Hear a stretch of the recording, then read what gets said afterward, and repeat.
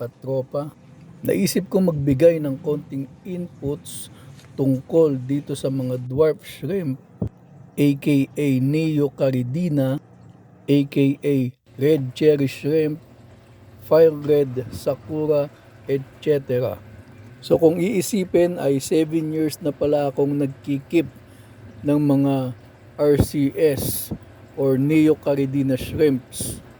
Sa loob ng 7 taon, ang isa sa pinakamadalas na pinapakain ko sa kanila ay ang mulberry leaf.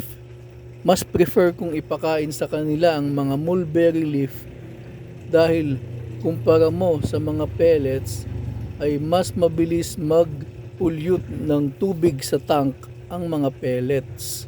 Napakadali lang ng pamamaraan ko.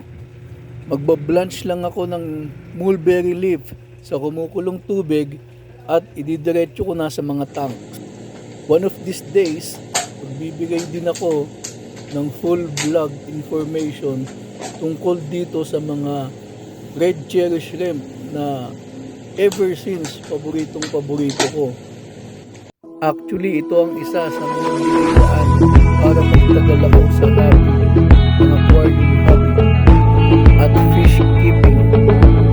Itong mga hipon kasi na to, sa totoo lang napaka low maintenance sila at hindi ka gaanong magpapagod sa pagkikip sa kanila.